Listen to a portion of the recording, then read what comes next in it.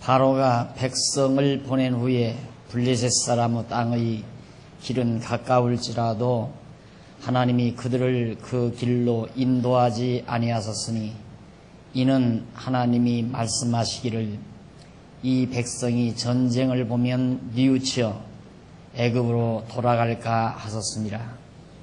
그러므로 하나님이 홍해의 광야 길로 돌려 백성을 인도하심에 이스라엘 자손이 애굽 땅에서 항오를 지어 나올 때에 모세가 요셉의 해골을 취하였으니 이는 요셉이 이스라엘 자손으로 단단히 맹세케 하여 이르기를 하나님이 필연 너희를 권고하시리니 너희는 나의 해골을 여기서 가지고 나가라 하셨음이었더라. 19절까지 봉독을 했습니다.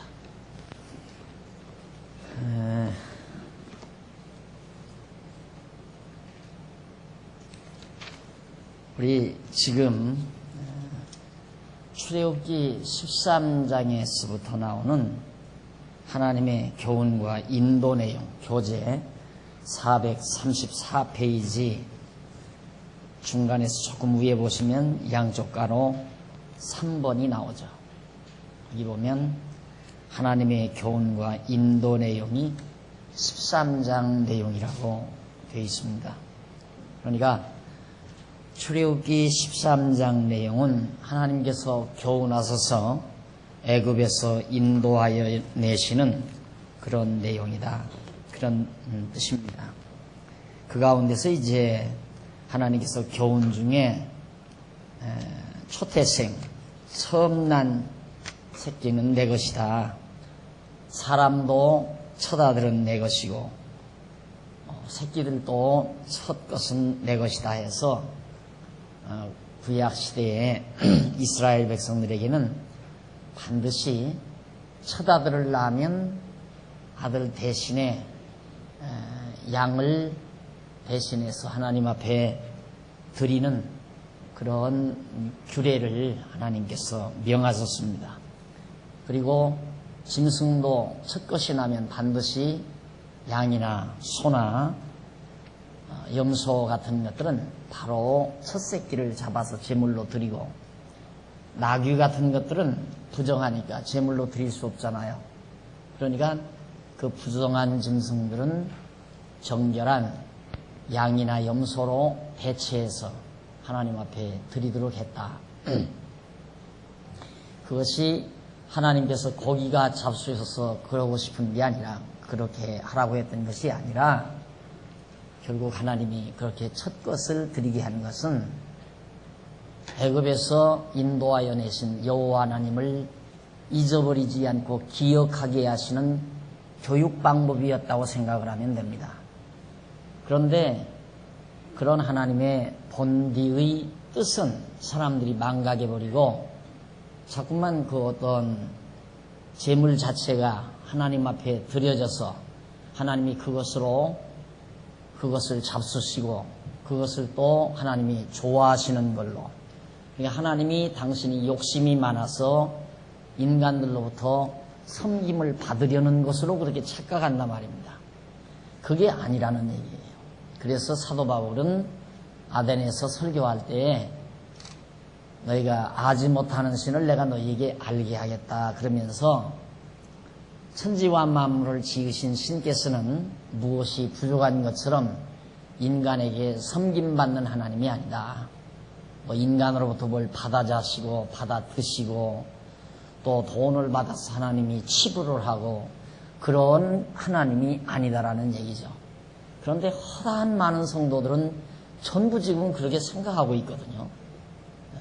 이스라엘 백성들이 과거에 제물을 갖다가 하나님 앞에 드리는 것도 하나님 배부르시게 하려고, 하나님이 뭔가 욕심이 많아서 그 욕심을 채워드리게 하려고 하는 줄로 착각한단 말입니다. 그게 아니고 이스라엘 백성들이 하나님 여호와를 잊어버리면 안 되잖아요. 하나님 여호와를 잊어버리면 이방신을 섬기게 되고, 이방신을 섬기다가 이방 나라의 노예가 되어서 살게 되고 불운하게 된단 말이죠. 그러니까 이스라엘 택한 백성들은 하나님 여호와를 잃어버리지 말아야 되는데 그 잃어버리지 않게 하는 방법 중에 하나가 첫 새끼를 다 드려라. 초태생을. 첫 아들도 드리고 첫 열매도 드리고 첫 새끼도 드려라. 짐승의 첫 새끼도.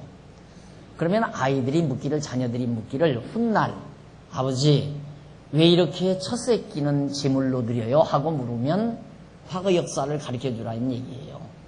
과거에 우리 조상들이 애굽에서 종살이 할 때에 400년 종살이를 했는데 하나님께서 마지막 때에 우리를 이끌어내실 때 바로 그 애굽 사람들의 첫 아들들을 전부 다 죽이고 또 짐승의 첫 새끼도 다 죽여가지고 그런 무서운 재앙을 애굽에 내려서서 하나님께서 우리를 인도해서 오늘 이렇게 아름다운 복지 땅에서 우리가 잘 살게 되었단다.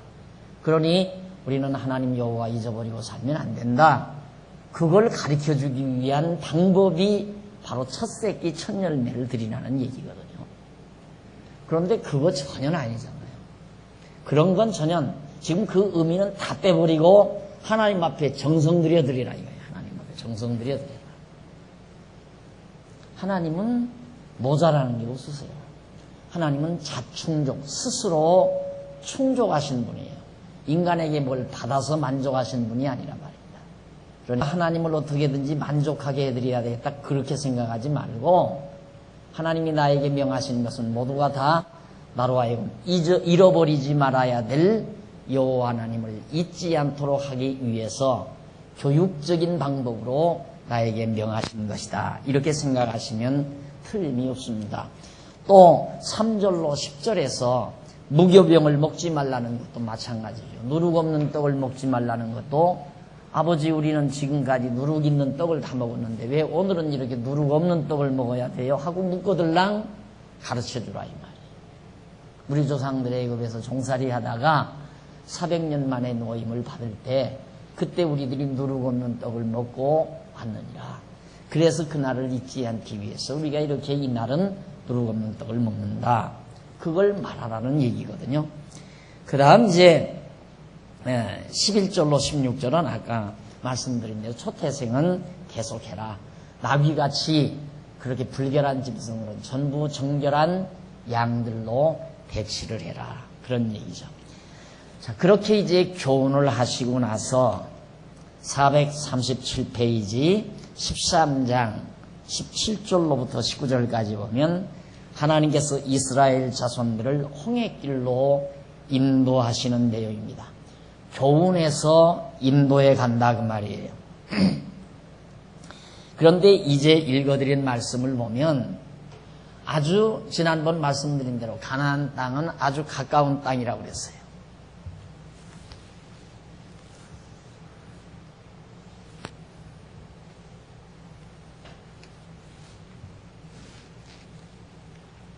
여기가 애굽이니까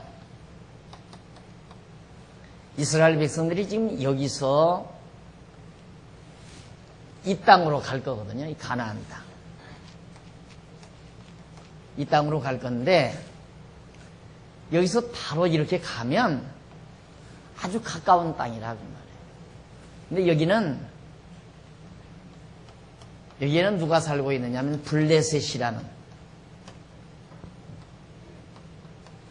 블레셋이라는 그런 민족이 살고 있었어요. 블레셋이라는 민족. 지금의 팔레스타인. 요즘 신문에는 팔레스타인으로 나오죠. 이게 이제 그 당시에 성경에는 이게 블레셋. 이 블레셋 족속의 후예들이 그 후손들이 지금 팔레스타인 족속들이에요. 그런데 이 블레셋 사람들은 이 지중해, 이게 지중해란 말입니다. 이게 지중해 큰 바다.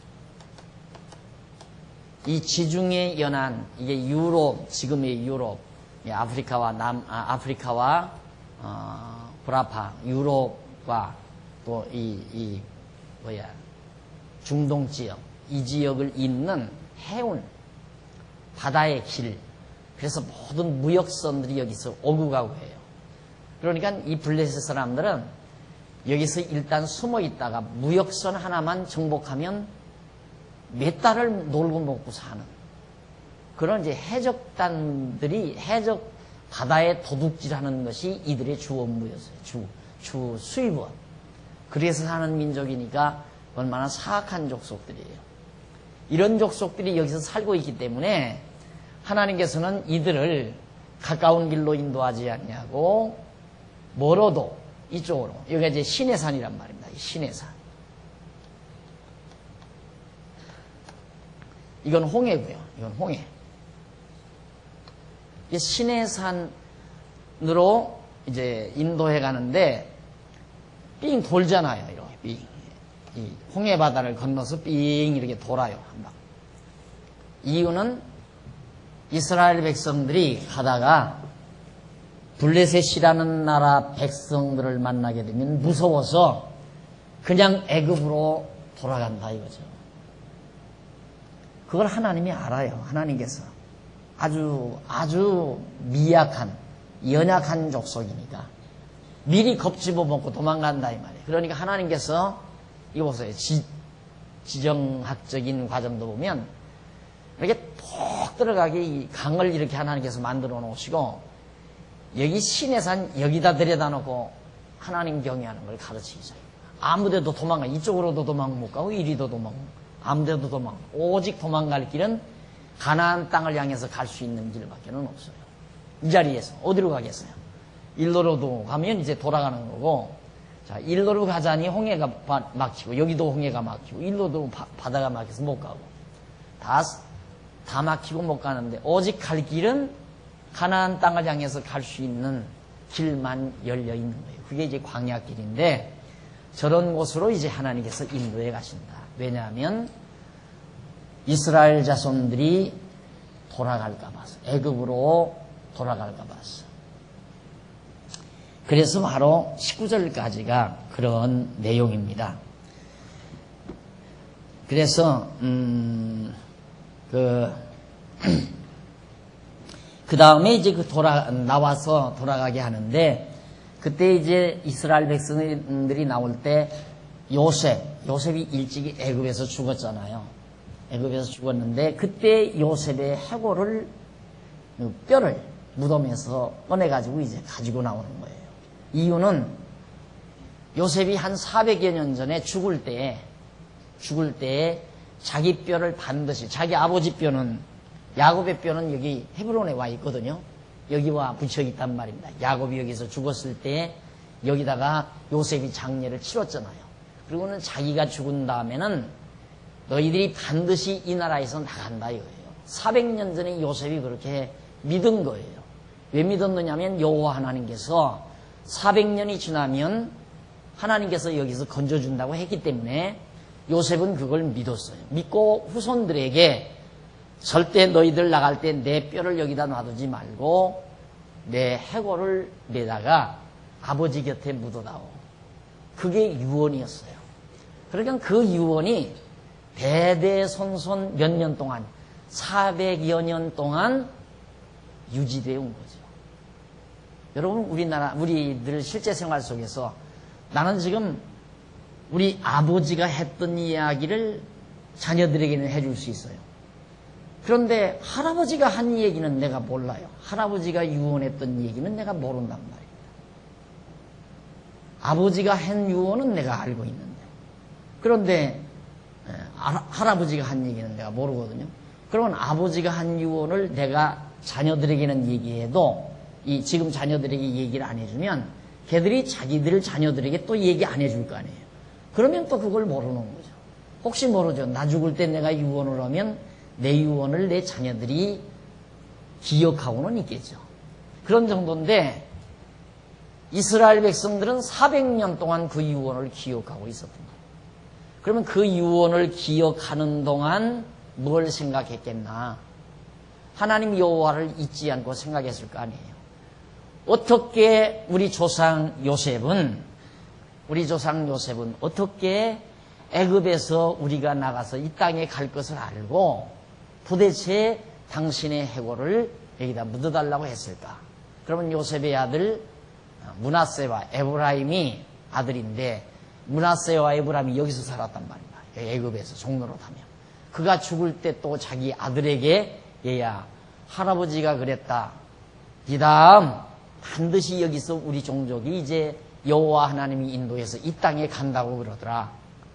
그때 할아버지 유골을 가져다가 여기 바로 헤브론에 있는 할아버지 유골 곁에 묻어달라고 했다. 그 유언을 계속 대대손손했을 거 아니에요. 그걸 하면서 결국 뭐냐? 하나님 여호와를 가르쳐준 거예요. 여호와 하나님이 이 가나안 땅을 이스라엘 자손들에게 주기로 언약하신 여호와 하나님을 가르치는 결과가 됐다 이 말입니다. 뭐가? 요셉의 유언 한마디가. 그러니까 400년이 지난 다음에도 요셉의 후손들 400년 후에 사는 이스라엘 자손들이 그걸 기억하고 요셉의 해골을 메고 지금 가나안을 향해서 가는 거예요. 이 대단한 겁니다. 그래서 그 당시에는 구전을 통해서 아버지가 아들에게 가르치고 아들이 또 손자에게 가르치고 그 손자가 증손에게 가르치고 계속해서 이렇게 하나님의 말씀을 입으로 전해서 가르쳐주는 그런 때였다 하는 얘기입니다. 그래서 그게 전해져서 결국은 모세 때 와서 창세기도 기록이 되고 지금 출애굽기는 모세당 지일이니까 모세가 계속해서 기록해가고 있는 것이다. 물론 하나님이 또 감동해서 다 기억나게 하시고 생각나게 하시고. 자, 이렇게 해서 이제 내용이 19절까지 내용인데 그 다음 138페이지 13장 20절로 22절 보면은 20절 보십시다. 그들이 숫곳에서 발행하여 광야 끝 에담의 장막을 치니 여호와께서 그들 앞에 행하사 낮에는 구름 기둥으로 그들의 길을 인도하시고 밤에는 불 기둥으로 그들에게 비추사 주야로 진행하게 하시니 낮에는 구름 기둥 밤에는 불 기둥이 백성 앞에서 떠나지 아니하니라. 자, 하나님이 그렇게 인도해 가신다 하는 얘기입니다. 거기 보면 여호와께서 회중을 불과 구름 기둥으로 인도해 가신다. 숫곳은 바로 이 부분, 바로 이 홍해바다 바로 건너편 숫곳, 거기서 출발해서 이제 가나안 땅으로 하나님이 인도해 가실 거예요. 그런데 아까 말씀드린 대로 아주 가까운 길이 있지만 하나님은 가까운 길로 가지 않는다. 그러니까 사람의 뜻과 하나님의 뜻이 다르다는 걸 항상 우리는 전제하고 샀어야 돼요. 그런데 우리들이 세상 살면서 신앙생활 한다고 하면서 하나님을 경외하고 산다고 하면서도 늘 괴로워하는 이유가 뭐냐면 내 맘대로 안 된다고 괴로워하거든요. 내 소원대로 안 된다고. 그거 아니라 이 말이에요. 이스라엘 백성들이야 가까운 데로 가고 싶겠죠. 그러나 하나님의 생각은 우리 생각보다 훨씬 깊어요. 뜻이 있어요. 의미가 있어요. 우리를 더 아끼고 사랑해요. 그래서 내 맘대로는 안 되지만 나를 더 좋게 만들어 가신다. 이쪽으로 가면 못 가고 돌아와요. 반드시 가다가 이 블레셋 사람들 만나면 두려워서 그냥 애굽으로 돌아온다 이 말입니다. 여기서는 그런 대로 대우받으면서 노예 노릇하지만 그런 대로 살고 있고 여기는 정이 들었지만은 이제 이들에게 붙들려 가서 또 거기서 종노릇 한다고 하는 거예요. 고통스러우니까 기왕 종노릇 할 바에야 애굽 가서 하자고 돌아온다 그 말이에요. 그러니까 하나님께서 이들을 위해서 지금 다른 길로 불기둥과 구름기둥으로 인도하는 거예요. 예. 밤에는 불기둥 환하게 보이기 위해서, 낮에는 구름기둥, 구름이 낮에 보이니까 그렇게 해서 이들을 인도해가는 하나님의 섭리를 우리가 지금 그 20절 이하에서 바라볼 수 있습니다. 그러니까 그 걱정할 거 없어요. 이스라엘 백성들은 아무 걱정할 거 없어요. 어디로 갈까 하는 것도 걱정할 거 없고 갈까 말까 할 것도 없어요. 그냥 구름기둥이 머무르면 되고 구름기둥이 떠나면 따라서 가면 되고 불기둥도 나타나면 따라가면 되고 머물러 있으면 그냥 거기서 머물고 자면 되는 거고. 여러분 운전면허 딸 때 제일 먼저 연습시키는 실습한다고 합니까? 연수시키는 사람이 늘 한마디 하면 다 들어보셨어요. 가면 가고 서면 서고 그러죠? 가면 가고 쓰면 앞차가 가면 가고 앞차가 쓰면 쓰고 그게 운전 잘하는 거라고 그러잖아요. 우리가 세상살이를 잘하는 방법도 하나님이 인도하시는 대로 살면 돼요. 공연한 야망 품지 말아요. 그냥 가슴만 부풀러가지고 큰 야망을 품고 자기 나름대로 계획 설계 쫙 해서 되면 성공했다고 오만방자해지고 나는 성공했다 그리고 교만에 빠지고 안 되면 완전히 패배자가 돼가지고 코가 쑥 빠져있고 그런 어리석은 인생을 왜 사느냐 이 말이에요. 지난 주일날 어느 집사님이 제 곁에 와서 차 한 잔을 마시면서 그래요. 목사님 왜 그래요? 그러니까 저는요 요즘에는 제가 좀 철이 좀 들었는가 보래요. 그래서 왜 그러냐니까 요즘에는 그렇게 하나님께 감사한 마음만 생기거든요. 나 같은 놈이 어떻게 밥을 먹고 사나 싶으면 신기하대요. 자기는 여지껏 뭘 계획 세워서 해본 일이 없대요. 계획 세워서. 그런데도 돈 걱정해본 일이 없이 살았고 계획 세워본 일도 없고 그렇다고 해서 돈을 팡팡 벌었느냐? 그것도 아니래요. 어떤 때는 정말 땡전한 분이 없어서 그런데도 돈 걱정은 안 했대요. 그런데 지금 이렇게 내가 그래도 돈을 벌어서 처자식을 살 수 있게끔 가대를 이끌어가고 가장 노릇을 하고 교회 집사 노릇도 하게 한다는 게 참 신기하래요. 자기가 자기를 봐도. 그래서 이게 하나님의 은혜로구나 하는 생각을 자기는 하며 산다고 요즘에는 감사한 마음밖에 없대요. 그래서 하나님께서 아마 이제 안수 집사를 만드시려고 지금 당신에게 철을 주는가 보라고 내가 그런 얘기를 하고 말하는데 그렇게 사는 거예요. 그냥 되면 하고 안 되면 안 하는 거예요. 그거 하기 위해서 살아요. 집도 사면 사는 거고 못 사주면 말고 세상에 집 사서 살기 위해서 나왔느냐 이 말이에요. 안 그래요? 그냥 일생을 걸어 20평짜리 아파트 살면서 40평으로 이사 가려고 그 아름다운 인생 중년기를 그냥 다 거기다 걸어 20평짜리 살면서 40평으로 이사 가는데 거기에 온갖 정력 다 기울이고 그걸 위해서 악을 쓰고 그걸 위해서 그냥 온갖 정열을 다 기울이는 거죠. 그런 어리석은 인생을 왜 살아요?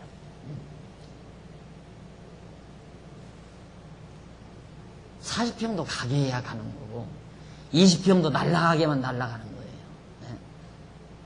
그러니까 그런 쓸데없는 계획도 무슨 망상도 야망도 다 필요 없는 거예요.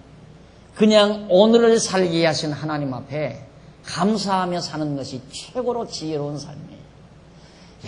오늘 또 건강하게 내가 살았구나. 오늘 또 앰뷸런스에 실려가지 아니하고 건강한 몸으로 이른 아침 일어나서 할 수 있는 일을 할 수 있는 건강을 하나님이 주셨구나. 그걸 감사하면서 누리며 살아야죠. 인생을 누리라 그 말입니다. 누리는 건 감사가 넘치면 누리며 사는 거고 야망에 불타면 아직 누리지는 못하고 누리려고 발버둥치는 거고 그거 아니에요? 뭔가 야망에 불타는 사람은 소망을 걸고 이걸 내가 달성해야 한다 하는 사람은 누리는 사람이 아니에요. 뭔가 달성을 하려고 왜? 달성해놓고 누리려고. 모든 사람이 그래요. 달성해놓고 누린다 이게. 내가 얼마만큼 돈 좀 벌어놓고 그때부터는 여행도 좀 다니고 그때부터는 좀 쭉 마음도 넓혀놓고 그러고 산다.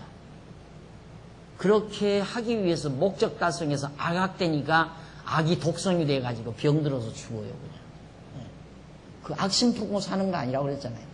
인생은 악착같이 살면 안 된다 그 말입니다. 그냥 하나님이 주신 환경 그대로를 감사하게 생각하고 하루하루를 감사와 기쁨 중에 살아야지. 왜? 구름 기둥이 머물러 있는데 어디로 가요? 갈 길을 알아야 가지. 광야길 이게 그리기는 지금 칠판에다가 손바닥만하게 그렸지만 이게 얼마나 넓은 땅인데요. 어디가 어딘지 모른다 이 말이. 길도 없어요. 바람 한 번 휙 불면 길도 다 덮여버려요. 낙타가 지나가는 길 낙타 발자국 있다가라도 바람 한 번 휙 불어버리면 낙타 발자국도 다 없어져 버려요. 길이 어디가 어딘지 모른다 이 말입니다. 내일 일은 난 몰라요 하면서 노래 있잖아요. 내일 일 날 모른다고. 내일 우리 갈 길을 몰라요. 어떻게 될지 모르는 거예요. 그냥 오늘 하나님이 주셨으니까 오늘 사는 거예요. 저렇게 무책임하게 살아도 되나? 그 하나님 못 믿으니까 무책임하지. 그러나 오늘 만족하게 산다고 해서 소망이 없는 사람이냐? 천만의 말씀. 여기 있잖아요. 이거 소망. 오늘 여기 지금 광야길 여기 머물러 있어도 그날 물 나오면 물 먹고 안 나오면 좀 참고 만나 떨어지면 먹고 만나 안 떨어지면 굶어야 젖을 거예요. 그렇지만 하나님께서 그날 양식 주잖아요. 그래서 야고보 선생님이 먹을 것과 입을 것이 있은즉 족한 줄 알라. 먹을 것과 입을 것 있으면 족한 줄 알아야 되는데 왜 그렇게 걱정을 해요? 욕심 때문에 그래요. 욕심. 여기서 쌓아봤댔자 필요 없어요. 이제 공부해보면 알지만 욕심꾸러기들이 만나 내렸다니까 몽땅 갖다가 싸놨어요. 내일 아침 안 내리면 어떡하냐 해가지고 그 이튿날 가보니까 다 썩어버린 거야. 그거 두엄돈이 치우느라고 또 고통스럽죠. 그러나 욕심 없는 사람은 자기 먹을 것만 달랑 갖다가 먹고 나니까 치울 것도 없잖아요. 깨끗하고 냄새도 안 나고. 쌓아놓으면 벌거나 되는 줄 알고 이 땅에다가 지기 쌓아놓으면 별거나 되는 줄 알고 그거 가지고 힘주고 그거 가지고 오만방자해지고 인간. 사람이 교만하면요 스트레스를 계속 받아요. 교만한 사람은 스트레스를 많이 받아요. 왜? 자기가 교만하니까 남들이 자기를 떠받쳐주지 않는다. 안 떠받쳐주면 안 떠받쳐주는 만큼 괴로워요. 저 새끼가 왜 나를 보고 우습게 하나 저거. 계속 스트레스 받는 거죠. 그러니까 그런 교만한 사람은 절대 전철 타고 다니면 안 돼. 빨리 죽어요. 버스, 일반 버스나 전철 타고 다니면 빨리 죽어. 늘 스트레스 받으니까. 이놈들이 내가 들어가는데도 이거 자리들 비키지 않는다. 나를 보도 딱 눈 감고 잠자는 척하고. 계속 스트레스 받는 거죠. 이놈들이 내가 누군 줄 알고.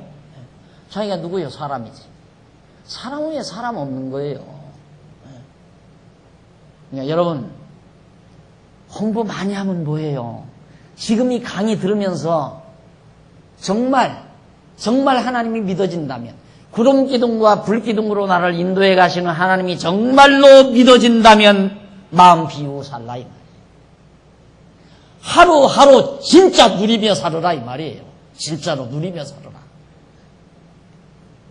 우리는 너무 가난한 5,000년 묵은 가난의 때를 벗지 못한 상태에서 자라오면서 어른들이 다 교훈을 그래요. 초년고생은 돈 주고도 상관다. 그러니까 장차 성공해서 잘 먹고 잘 살려면 지금 악착같이 공부하고 악착같이 일해서 성공해야 한다. 그게 좌우명이었어요. 우리 자랄 때 좌우명. 그러니까 잘 먹고 잘 살, 앞으로 잘 먹고 잘 살려.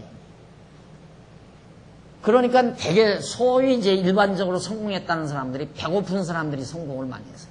그 권투 선수들도 과거에 얘기는 막 찌든 배가 고파가지고. 그래서 배고픈 한을 풀려고 공부 열심히 한 사람들이 지금도 또 다 자꾸 불려다니면서 돈 뭐 몇천 먹었네 안 먹었네 하면서 불려다니는 사람. 그 사람 왜 그랬느냐 그러니까 과거의 어린 시절 밥 못 먹고 살던 그 시대. 그때가 그리워서 자기는 열심히 공부해서 성공을 해서 그래도 청와대 뭐까지 들어가서 했는데 그러니까 그런 사람들이 들어가 있으니까 보기만 하면 긁어먹는 거야. 보기만 하면 그냥 집어넣어. 그럼 가난해도 굶어 죽이잖아요.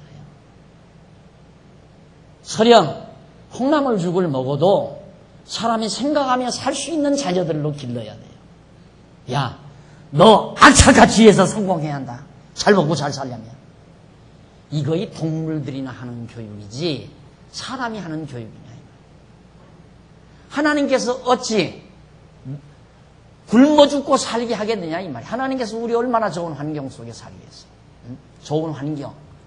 그런데도 아직도 그냥 싸놓고 잘 먹고 잘 살려고 이런 생각만 하니까 항상 지금에 대한 만족은 없고. 그래서 지혜로운 자는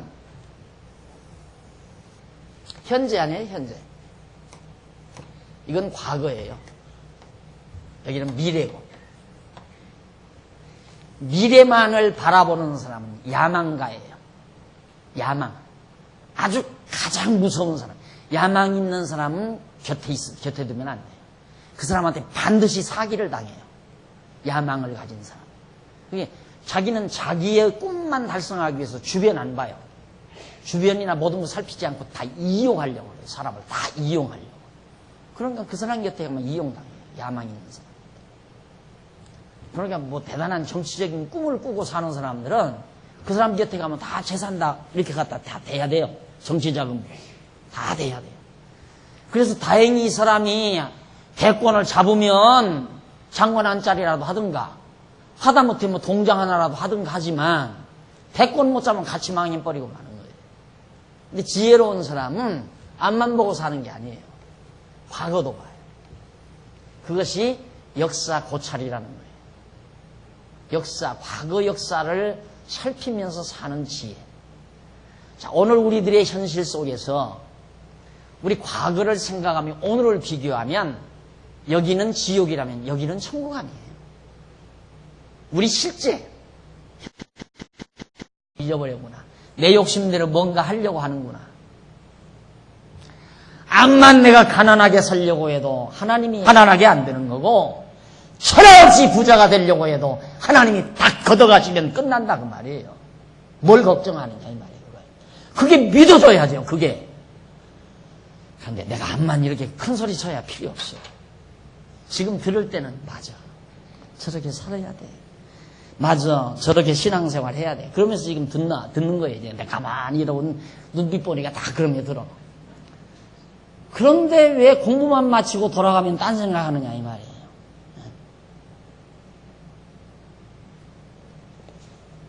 하나님 사랑하셔서 불기둥 구름기도로 인도하십니다. 위에서 39페이지. 하나님께서는 언약 자손에게 의미 없는 일을 섭리하시지 아니하신다. 그러므로 언약 자손이 자체적으로 크게 보지 못하고 어려움을 만나게 되면 많은 갈등과 절망감을 느낄 수밖에 없다. 그러나 하나님의 섭리를 넓고 길고 크게 보기만 하면 절대로 갈등과 갈망은 없으며 소망을 갖게 되는 것입니다. 지금 이 말이에요. 이렇게 큰 이만큼이라도 하나님이 하시는 일을 이만큼이라도 보게 되면 여기서 이렇게 건너서 이쪽으로 가는 거 하나 갈등이 없는 거예요. 그런데 왜 하나님이 이쪽으로 안 가고 자꾸만 이쪽으로 가게 하시나? 여기서 요만큼 보니까 여기서 갈등. 이만큼 보면 평강. 어떻게 이렇게 달라져요? 이만큼 넓고 깊게 보면 마음이 평안해지는데 이만큼 보니까 왜 일로로 가야 하는데 왜 이쪽으로 가나? 그것이 우리들의 속 좁은 소견 때문에 그렇다고. 하나님을 의지하고 산다는 것, 하나님을 알고 산다는 것처럼 대단한 힘이 없습니다. 이것만이 우리를 진짜 평안으로 이끌어가는 숲곳에서 발행하여 남의 장막을 끝 홍해 바닷가 가까운 곳을 말하는데, 그렇다면 이 바닷가가 가까운 곳에서 그들로 어찌하라는 것인가? 도대체 죽으라는 것인가? 물론 그것은 아니다. 하나님께서는 그들에게 대한 작정하신 뜻이 있으시다. 그래서 그들을 홍해 바닷가 가까운 곳으로 인도하신 것이다. 그 뜻은 앞에서 잠시 언급한 바와 같이 그들이 아무리 어려운 일을 당한다 해도 여호와 하나님을 의지하고 애굽으로 다시 돌아가지 못하게 하시려고 홍해 바닷가로 인도한다. 자, 여기 이제 그림을 다시 하나 그리십니다.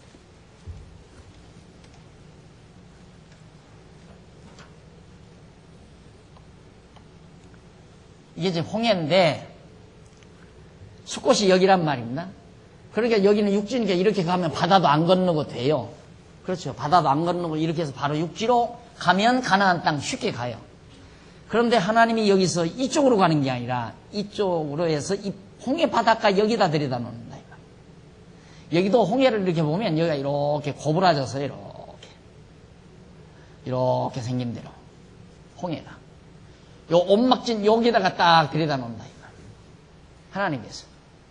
여기서 어쩌라는 얘기예요, 지금. 빨리 도망가야 하는데, 뒤에서 애굽 군대들이 쳐들어올지도 모르는데. 그런데 딱 앞에 홍해바다가 가로막히게 해서 여기다가 인도해 놓는다. 세상에 이런 수가 있어요? 그러니까 인간의 상식을 초월해요.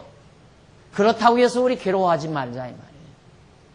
절대 괴로워하지 말자. 근심하지 말고 걱정하지 말자. 나 이거 뭐 생활 속에서 우리 다 같이 겪은 일이니까, 우리 성도님들이 다 같이 겪은 일이니까. 지금 저 수지에 거기 가면요, 원래 우리 예배당터를 저 수지골짝 산 언덕바지에다가, 왜? 그 땅이 쌌었어요. 돈이 없으니까 그때 10만 원씩 달라고 그래서 산을 사려고 그랬어요. 산을 사서 어떻게든지 산비에다게다라도 음악이라도 하나 쳐놓고 그냥 오시는 분 가르쳐드려요. 다도 이제 셋집살이가 보통스러워서 그걸 살려고 3,000평인가 되는 걸 이제 3억인가 주면 사겠더라고요. 살려고 막 쓰는데 주인이 팔려도 안 팔고 그래요. 그래가지고 그게 결국에는 주인이 끝내 안 판다고 해서 못 사고 나가지고 얼마나 섭섭해했는지 몰라요. 그때 이제 또 절망을 했죠. 아, 이제 포기했다. 이제는 못 산다. 뭐 10만 원짜리가 또 어디 있겠나. 그래 포기하고 있는데 이걸 샀잖아요. 이걸 사놓고 보니까 하나님께서는 어려운 계획이 있어서 그걸 못 사게 한 건데 그걸 우리는 몰랐기 때문에 우리는 그게 못 사는 거예요. 그 장로님들하고도 집사님들하고도 가면서 여기 샀으면 어떡할 뻔하느냐 이거야. 여기다 사놨으면 어떡할 뻔하느냐 이거죠. 여기다 사놨으면. 그 이제 수지에다 샀으면. 자산 골짝. 수지도 저쪽 같으면 큰 길 것 같으면 괜찮죠. 그러면 골짝골짝 들어가서 쫙 위에 골짜기 가서. 그런 걸 우리들이 한 번뿐만 아니니까 안 되는 것이 더 잘 되는 걸 여러 번 경험하면서 우리가 살면서도 우리는 안 되면 며칠 밤씩 잠 못 이루고 괴로워하고 뒤척거리고 이리 놓았다 저리 놓았다. 흉하나 봐야죠. 또 오늘 저녁에 가서 싸움을 할 망정. 우리 김여숙 씨가 집을 팔고 우리 지금 전세 들어갔잖아요. 집을 팔고 그때 좀 직급이 올라가가지고 도저히 아이들을 점점 커나가고 개인 단독에서 산다는 게 참 위험하더라고요. 그 좀도둑이 또 한 번 놀았어요. 아이들이 있는데. 그래가지고 깜짝 놀라가지고 안 되겠다 싶어가지고 우리가 좀 다른 어려운 일이 있더라도 좌우지간 좀 안전한 데로 가자 해서 이제 그걸 팔고 아파트로 갔는데 그 뒤로 점점 또 아파트값이 막 올라가잖아요. 잠을 자는데 자꾸 그런 법이 없는데 이러는 또 저러는 또 그래요. 왜? 뭔 생각이 있어 그러니까. 생각 안 하려고 해도 자꾸 생각이 난대요. 공양이 팔아나 싶다는 거죠. 그래서 쓸데없는 생각하지 말고 잠이나 자. 요즘에는 잠 잘 자요. 그 다 쓸데없는 거예요. 팔리게 하시는 분도 하나님이시고 이제 난 믿죠. 하나님은 분명히 더 좋고 아름답게 해가지 나쁘게 해가지. 보세요. 분명히 하나님 계획은 있어요. 지금 당장은 나쁘죠. 지금 당장 보기는 어떻게 홍해 바닷가로 가느냐. 바다도 없는 이 육지 위에서 빨리 가야지. 이렇게 내 판단이 서지지만 하나님께서 보시는 판단은 이 전체를 봐야 돼요. 내 생각보다는 훨씬 위대하고 깊고 광범위하고 장엄하단 말이에요. 그 하나님이 믿어져야 어떤 경우도 작은 일이든 큰 일이든 간에 뒤척거리지 않고 잠잘 수 있다 이 말이에요. 이리 뒤척 저리 뒤척하지 않고. 남들이 걱정해가지고 전화가 와요. 집 샀어요? 아유 왜 안 샀어요? 큰일 났네 하면서. 큰일은 당신이나 나시오. 뭐가 큰일 나요? 큰일 나요. 집 없다고 해서 그렇게 큰일이 나는 겁니다. 그러니까 하나님께서 하시는 일이 사람의 일보다는 훨씬 무게 있고 깊이 있고 폭넓은 일이라는 것. 그래서 그들을 홍해바닷가 가까운 곳으로 인도하시는 것이다. 그 뜻은 앞에서 잠시 언급한 것과 같이 그들이 아무리 어려운 일을 당하여도 여호와 하나님을 의지하고 애굽으로 다시 돌아가지 못하게 하려고 홍해 바다를 갈라서 그 시내 광야로 인도하시려는 것이라. 그리고 그들로 하여금 그들의 열조에게 언약을 세우신 여호와 하나님의 능력을 보여주고 믿게 하려는 것. 하나님 가르쳐 주려는 거죠. 자, 그러니까 바로 일로로 하면 어려움 당하면 그냥 돌아와 버리지만, 자, 밑으로 해서 홍해 언저리에다 갖다 놓고 이제 조금 있으면 뒤에서 애국 군대들이 막 쫓아와요. 그때 홍해를 갈라서 건너다가 이 사막에다 갖다 놓는다 이 말이에요. 그리고는 홍해 바다에다 애굽 사람들 다 물매장 시켜놓고 이스라엘 백성들을 딱 놓으면 다시는 애굽으로 못 건너간다며. 여기가 바로 세례받는 곳이에요. 세례. 이스라엘 백성들이 민족적으로 세례받는 것. 오늘 우리가 세례받는 것은 이제는 다시는 나는 세상으로 안 갑니다, 주의 종로로 다나고 주님을 향해서 살겠습니다 하는 그거 아니겠어요? 그와 마찬가지로 이스라엘 백성도 지금 하나님께서 세례 주는 거예요. 물속에 한번 홍해바다 속에 집어넣어서 이스라엘 백성들은 살려놓고 애굽 죄의 권세들은 애굽에다가 물매장시키고, 이 광경을 이스라엘 백성들에게 눈으로 보여주면서 여호와 하나님 살아계신 걸 깨닫게 한다고. 그래서 하나님이 바로 저런 인간적으로 볼 때에는 가까운 길로 보내지 아니하고 먼 길, 어려운 길로 하나님께서 인도해 가시는 것이다. 그러니까 목사님이 점점 어려워져요. 네, 그게 잘 되는 거예요. 그게 박 목사가 속 터지라고 하는 소리인 줄 알아요, 사람들이. 공부를 안 한 사람은. 그러니까 속이 상하니까 뭐라고 그러냐면 날들어 목사님도 나처럼 한번 돼보세요. 그거 저주하는 소리 아니에요, 따지고 보면. 당신 편안하니까 나한테 그런 소리 한다 이거예요. 여기 나한테 그 말 한 사람 있어요, 여기. 지금 이 자리에 앉아있어요. 그 말이 아니에요. 실제로 나는 사실로 하는 얘기예요. 자꾸 어려운 일이 부딪혀 옵니다. 그게 잘 돼가는 일입니다. 잘 돼가잖아요, 지금.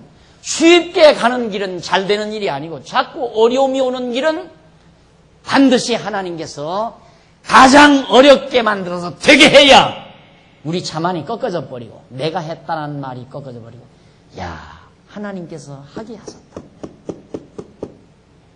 이 말이에요. 하나님께서 하게 하셨다. 그래서 여러분 자꾸 무슨 일이 꼬여도 구태여 신경 밤만 잃지 말고 잠자리 뒤척대지 마십시오. 내가 이렇게 말을 한다고 해서 안 되는 건 아니지만 오늘 공부했으니까 하나님 살아계시다. 불기둥과 구름기둥으로 사랑하는 택한 백성들을 인도하시는 여호와 하나님이 살아계셔서 내 생의 여정대로 가게 하신다.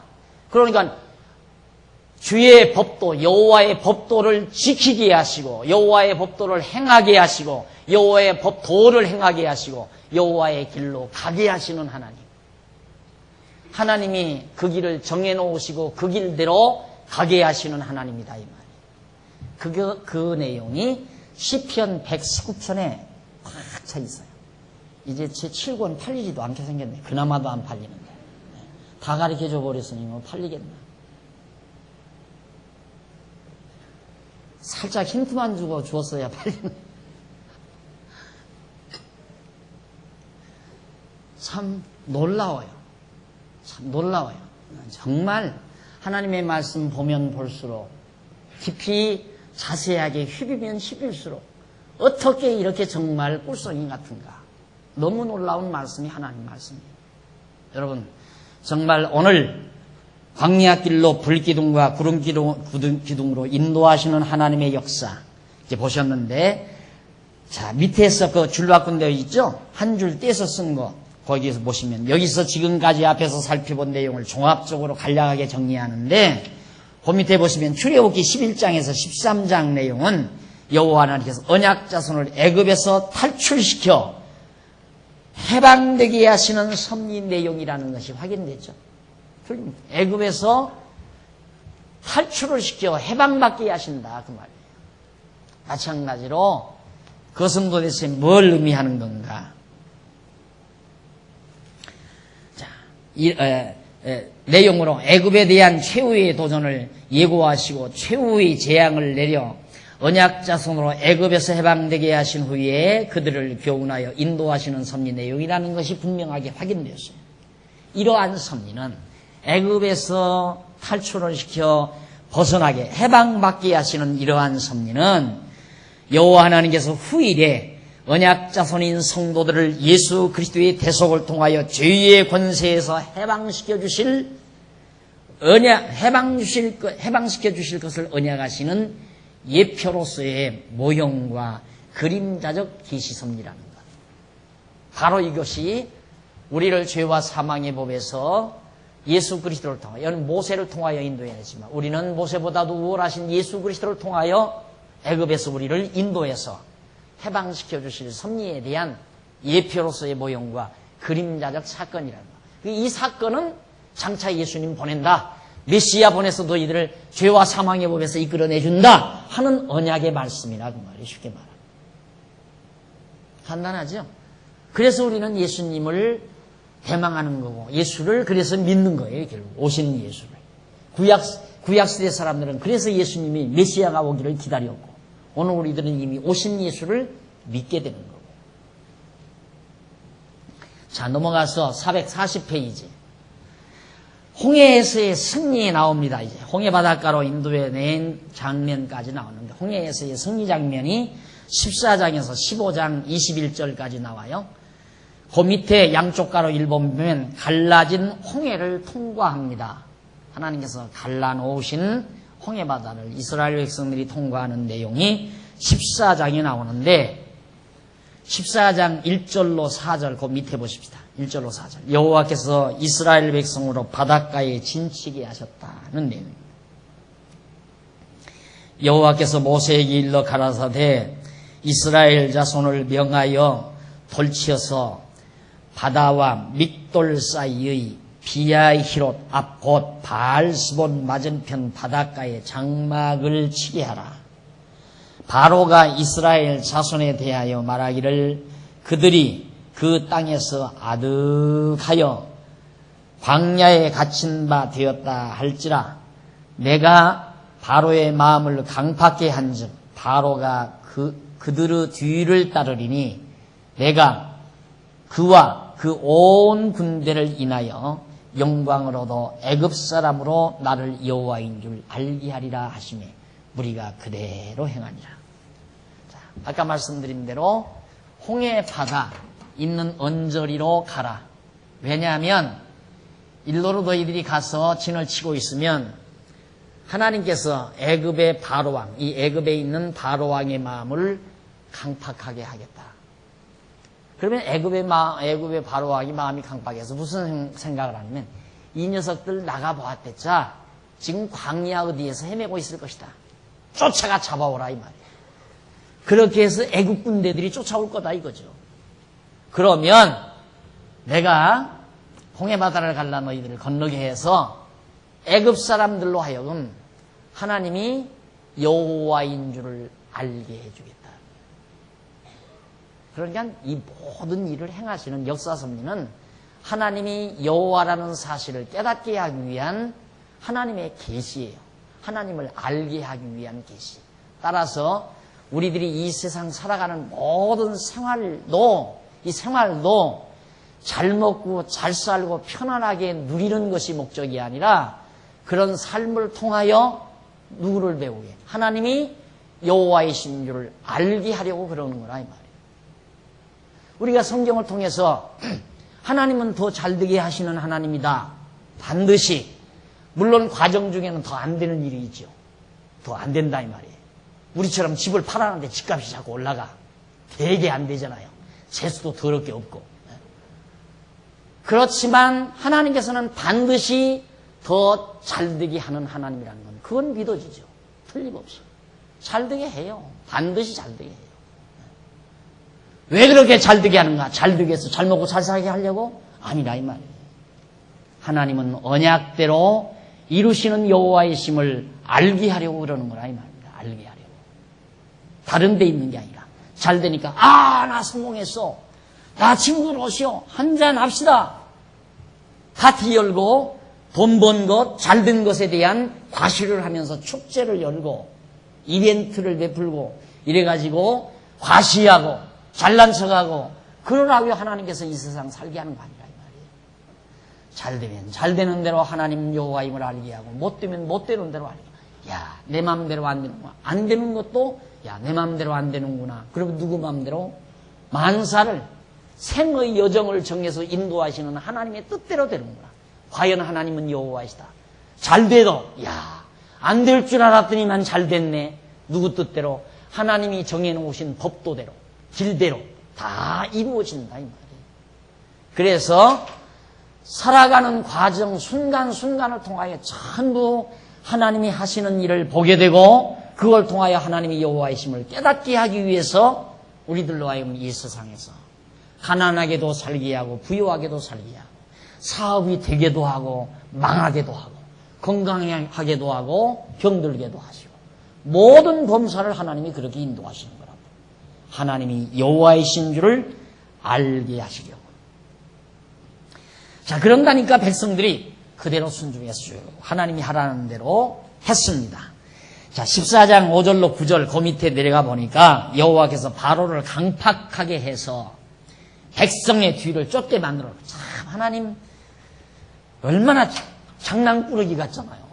죄송한 얘기지만 하나님 장난꾸러기 같잖아요. 세상에 이렇게 나가게 해놓고는 또 나가게 해서 지금 아직 홍해바다도 건너지도 않았는데 왜 겁을 주느냐 이 말이 이스라엘 백성들을. 무엇 때문에 겁 주느냐. 역시 이스라엘 백성들에게 철저히 하나님 여호와만 의지케 하기 위해서 의지하게 하려고 그 신앙을 연단시키기 위해서 하나님이 그렇게 하는 거예요. 장난꾸러기라 그러는 게 아니에요. 바로왕의 마음을 강팍하게 해가지고 뒤를 쫓게 만드시는 하나님. 하나님께서 나가라고 해놓고는 이스라엘 백성들 나가라고 해놓고 그래서 돈 벌어놓게 해요. 날 돈 벌어놓게 하고 어떤 사기꾼 놈 하나 딱 옆에 붙였다가 또 돈 다 갈취하게 만들어. 하나님 참 장난치고는 너무 심한 장난 같잖아요. 예? 그러나 그 모든 것들이 나를 나되게 해 가시는 하나님의 섭리라 그 말이에요.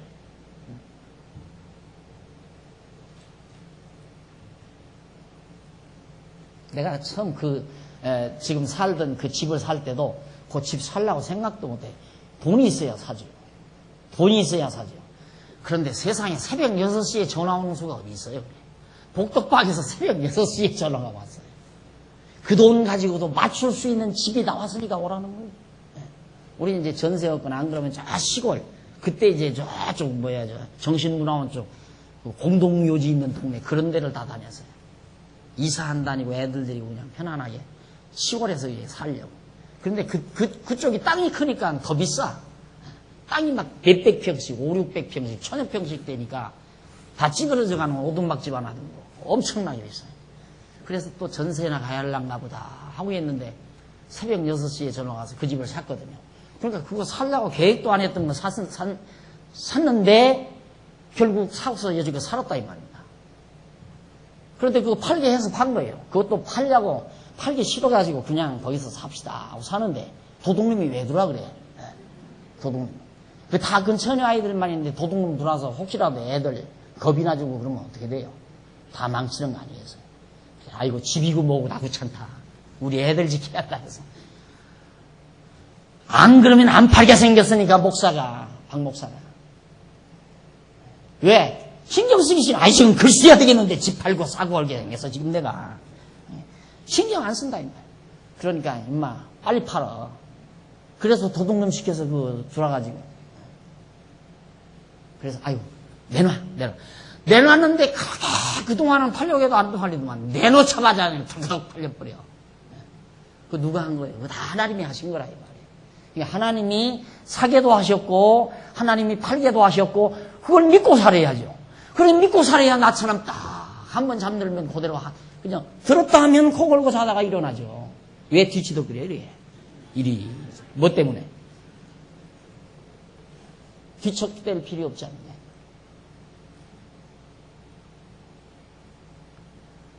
여러분 여러분 강의는 이론에만 먹는 강의 아니에요.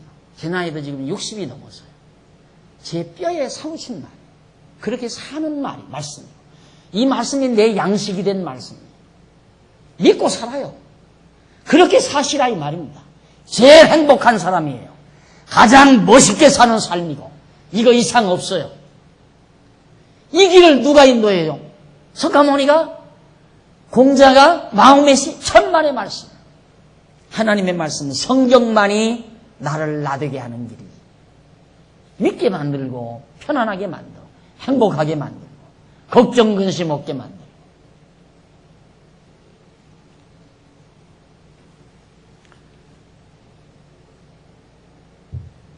차 들고 해야죠. 커피 생각나시죠?